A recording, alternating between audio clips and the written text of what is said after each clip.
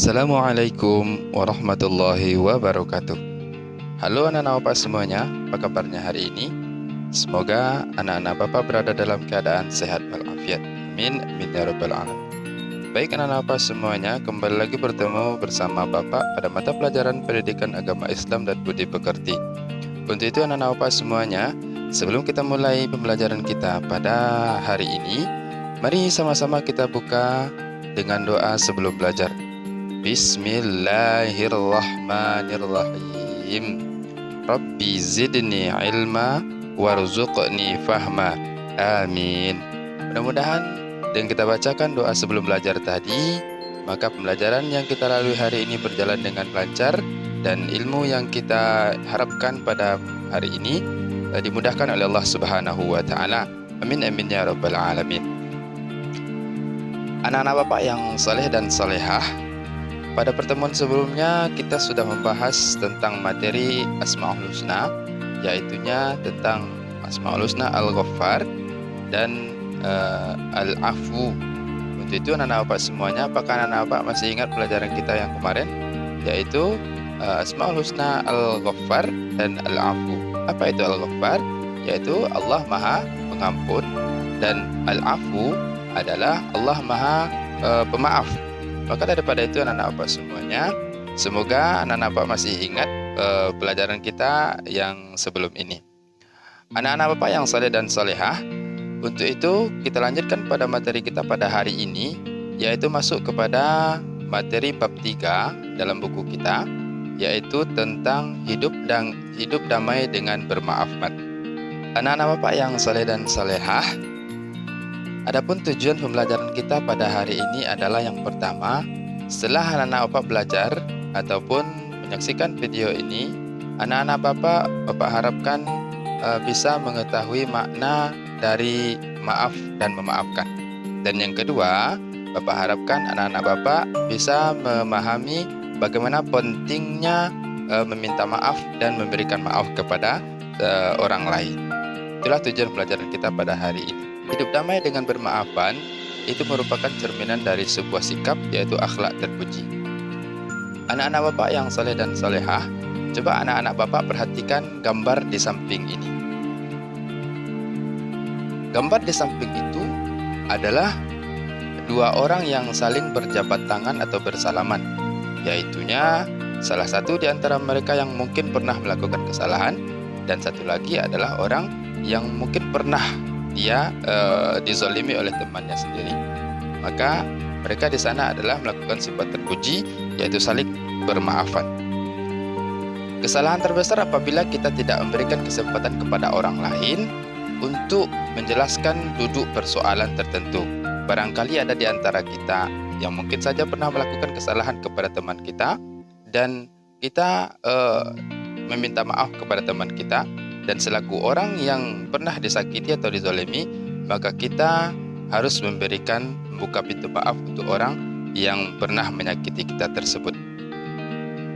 Anak-anak Bapak yang soleh dan solehah, kita masuk pada poin pertama, yaitunya tentang pengertian maaf dan memaafkan. Anak-anak Bapak yang soleh dan solehah, kamu tentu pernah mendengar kata maaf dan memaafkan, baik itu di sekolah, di rumah, ataupun di lingkungan sekitar. Namun, sejatinya kata maaf itu memang mudah diucapkan, namun sangat sulit untuk dipraktekkan. Anak-anak Bapak yang saleh dan salehah, kata-kata maaf itu di dalam Al-Quran berasal dari kata afu, yang artinya adalah memaafkan, menghapuskan, atau melenyapkan dan membinasakan. Sebagaimana pada materi sebelumnya anak-anak Bapak sudah belajar tentang Asmaul Husna, yaitu Allah Al-Afu, artinya Allah menghapuskan segala dosa-dosa hambanya yang meminta dan memohon kepadanya. Kemudian dalam Kamus Besar Bahasa Indonesia, kata maaf itu adalah merupakan suatu ungkapan penyesalan terhadap seseorang yang pernah ia sakiti ataupun yang pernah ia zalimi. Anak-anak Bapak yang soleh dan solehah, di dalam Al-Quran memang tidak disebutkan bahwasanya kita harus meminta maaf.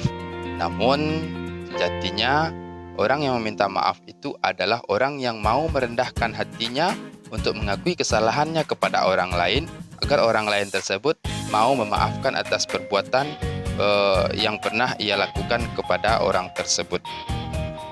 Berdasarkan pengertian itu, maka maaf dapat disimpulkan pengertiannya adalah suatu sikap yang dilakukan oleh seseorang untuk mengakui atau menyesali perbuatannya kepada orang yang pernah ia sakiti ataupun ia zolimi. Kemudian memaafkan adalah suatu sikap seseorang yang mau merendahkan hatinya, mau mendengarkan curahan hati seseorang yang pernah berbuat salah kepadanya, dan memberikan ridho agar ia bisa berbaikan dengan orang yang telah pernah menyakiti hatinya tersebut. Lalu anak-anak Bapak yang soleh dan solehah, mengapa harus menyesal dengan perbuatan yang pernah kita lakukan? Perbuatan salah yang pernah kita lakukan mungkin saja pernah menyakiti hati orang lain. Maka sebuah penyesalan harus kita lakukan, karena dengan menyakiti orang lain tersebut bisa jadi hal itu akan mendapatkan sebuah dosa bagi kita dan akan dibenci oleh Allah Subhanahu wa taala. Anak-anak Bapak yang soleh dan solehah, yang kedua yaitunya masuk kepada pentingnya menyatakan penyesalan kepada seseorang yang sudah pernah kita zolimi ataupun yang kita sakiti. Sekarang Bapak bertanya kepada anak-anak Bapak semuanya, pentingkah kita menyesali perbuatan kita? Tentu menyesali perbuatan dan kesalahan kita kepada orang lain sangatlah penting. Rasulullah SAW bersabda yang diriwayatkan oleh Imam Bukhari dan Muslim, yaitunya siapa saja yang pernah melakukan kesalahan kepada saudaranya, hendaklah ia segera menghalalkan kesalahannya tersebut kepada orang yang telah ia sakiti sebelum datang suatu hari nanti yang tidak lagi berguna harta, dinar dan dirham. Kemudian apabila ia tidak sempat meminta maaf kepada orang tersebut, maka nanti di akhirat seseorang itu kebaikannya akan diberikan kepada orang yang pernah ia sakiti. Kemudian jika tidak ada suatu kebaikan dari dirinya, maka kejahatan orang yang pernah ia sakiti itu akan dilimpahkan kepada orang yang melakukan kesalahan tersebut. Lalu dari hadis ini, pentingkah kita menyesali perbuatan kita? Pentingkah kita minta maaf kepada orang tersebut yang pernah kita lakukan kesalahan kepadanya? Jawabannya adalah ya, sangatlah penting. Karena kesalahan kepada orang lain itu sangat mengganggu hubungan sosial kita, dan itu akan selama kita tidak meminta maaf kepadanya dan tidak diberikan maaf kepada orang tersebut, maka kita akan dihantui rasa bersalah selamanya. Maka daripada itu, pentinglah rasanya kiranya untuk meminta maaf dan menyesali perbuatan kesalahan kita kepada orang lain. Anak-anak Bapak yang soleh dan solehah, ketika kita pernah melakukan kesalahan kepada orang lain, lalu kita ingin menyesali perbuatan kita dan meminta maaf kepada orang tersebut, lalu mintalah dan datangilah orang yang pernah kita berbuat salah kepadanya tersebut dengan baik. Ada syarat-syarat yang perlu kita lakukan dan kita lakukan sebelum di saat kita meminta maaf kepada orang lain. Yang pertama, yaitunya mengakui kesalahan kita kepada orang yang pernah kita sakiti tersebut. Dan yang kedua, menyesali kesalahan kita. Yang pertama, mengakui kesalahan kita, dan yang kedua, menyesali kesalahan yang telah kita lakukan.